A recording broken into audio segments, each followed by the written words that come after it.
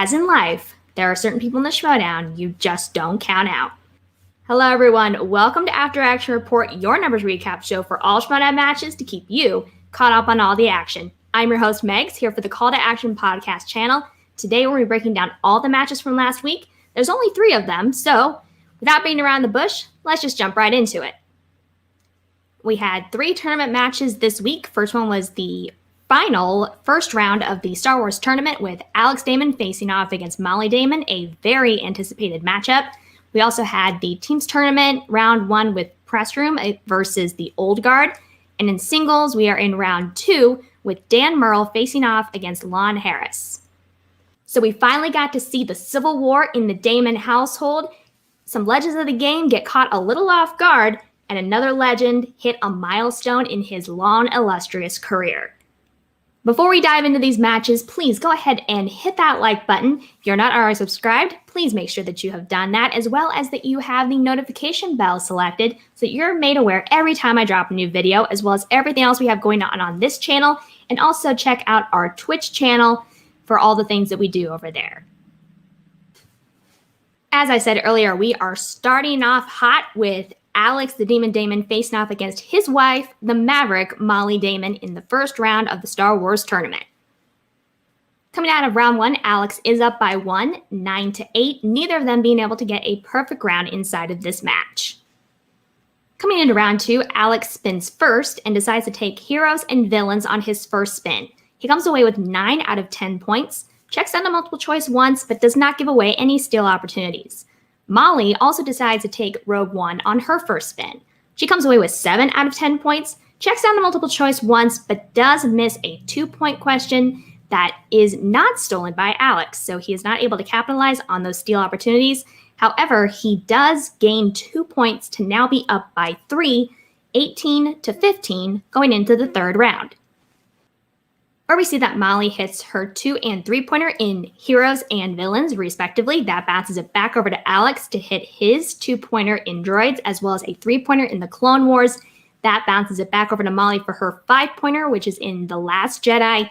She does miss that question, which does give Alex the win with a final score of 23-20. Where Alex Damon answered 16 of 18 questions for 89% accuracy and scored 85% of 27 available points. Molly Damon answered 14 of 18 questions for 78% accuracy and scored 65% of 31 available points. So we finally got to see the tale of 2 Damons. Neither of them were able to pitch a perfect game in this match. It was still very entertaining to watch, and it will make for a very interesting lead-up to Alex facing up against Nikki DeMolanta. So we see Damon DeMolanta again, but not in the way that we've seen it previously. But let's move right on over into the next match of the week, which was Press Room facing off against the Old Guard, comprising of Alonso Duralde and Mark Riley. Coming out of round 1, Press Room is up by 4, 15-11, where Josh Horowitz was the only one to get a perfect round. He was also able to get the bonus question, which puts him at 9. Duralde and Nemiroff both come away with 6 points, and Riley coming away with 5 points. So given that Duralde and Riley have had limited exposure inside of the singles division inside of this year and no exposure in teams together, it's not too surprising that they had a couple stumbles here in this first round. But there's a lot of game left to be played. Press Room elects to spin first coming into the second round, and they take Francis McDormand on their first spin. They come away with 10 out of 12 points, checking down to multiple choice twice, but not giving away any steals. The Old Guard also takes their first spin, which is the 1980s. They also come away with 10 out of 12 points, not checking down to multiple choice, but does miss 1 2-point question, which is not able to be stolen by Press Room. This means that Press Room is still up by 4, 25-21, going into the third round. In this round, we see Riley taking the 2-pointer for the Old Guard in comedies, which he is able to hit. Duralde misses a 3-pointer in Leonardo DiCaprio, which leaves them with a 5-pointer in remakes and reboots, which they are able to hit. That bounces it back over to Press Room, avoiding the TKO, where Perry Nemiroff is able to hit a 2-pointer in Action Adventure, and Josh able to hit a 3-pointer in Thriller, which does give Press Room the win with a final score of 30-28, where Press Room answered 23 of 26 questions for 89% accuracy and scored 81% of 37 available points. The Old Guard answered 18 of 25 questions for 72% accuracy and scored 70% of 40 available points. So we see that Press Room is going to move on to the second round. Now, this match was taped prior to the New York Live event, so it's going to be interesting seeing how the effects of that match translate into the performance of this team moving forward inside of this tournament. And unfortunately, we do see that this is the end of the road for the Old Guard. However, Duralde and Riley are both established staples inside of this league, and we hope to see them moving into the next season. They may not have an opportunity to stay together as a team, which is sad because they were thrown into this tournament season very late, and they were not able to get any matches prior to this to get their feet underneath them as a brand new team. So unfortunate to see that they were knocked out this early, but you never want to count these guys out. Moving into our third and final match of the week, it is the second round of the singles tournament with Dangerous Dan Murrell facing off against the delinquent Lon Harris. Coming out of round one, Lon Harris is up by 1, 8-7.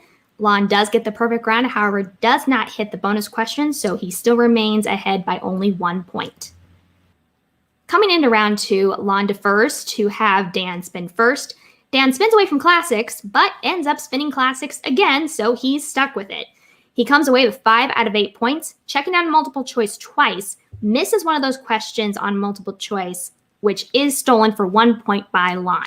And Lon elects to take Batman on his first spin. He comes away with 5 out of 8 points as well, checks down to multiple choice once, misses one question for 2 points that is stolen by Dan. This gives Dan Murrell a gain of 1 point to where they are now tied 14 all. I highly encourage you guys to watch this match in its entirety, especially round two. Seeing Lon Harris miss that final question for the full 2 points versus checking down, very interesting dynamic. And now we see these two tied, so anything can happen in this final round. We see it is back and forth with Lon having to answer his 2-pointer first, being the lower ranked competitor. That question is in Disney. He hits it, bounces it over to Dan, 2-pointer in Coming of Age. He's able to hit that. Back over to Lon, a 3-pointer in 2000s. He hits that. Dan Murrell hits his 3-pointer in Action Adventure. Back over to Lon, who misses his 5-pointer in Family Films. It's back over to Dan for a 5-pointer in the 1990s. He also misses that question. So we are still tied 19 all, and we're going to sudden death. We go 3 questions deep into sudden death, both competitors able to hit the first 2 questions. However, after repeating the question, Lon Harris is still unable to hit that third and final question, which gives Dan Murrell the lead and the win with a final score of 22-21.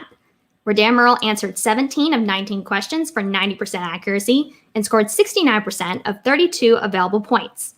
Lon Harris answered 16 of 20 questions for 80% accuracy and scored 68% of 31 available points. So there were multiple instances inside of this match where things could have gone either way.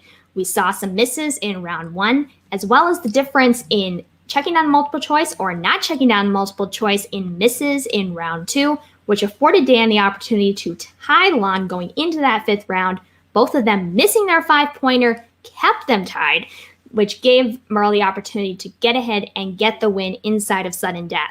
Probably not the optimal situation that he hoped for, but that was the game that he was given, and he comes away with his 20th career win. That is a new league record. Super excited for him on that. And he will now be facing the winner of either Janine the Machine or Mike Kalinowski. So he will face either of those competitors. Stay tuned for coverage of that match. So that's going to do it for this week's episode. But don't worry, I'm going to be right back here next week covering all the matches from the previous week. Before we leave, please go ahead and make sure that you have hit like on this video and leave a comment here or at the socials that are listed in the description of this video. I love discussing stats, so any questions that you have, feel free to reach out. The link to this episode and all the match breakdowns that I present during this episode will be posted on Twitter and Facebook, so keep your eye out for those. And until next time, for the whole Call to Action crew, I'm your host, Megs, and this is After Action Report, signing off.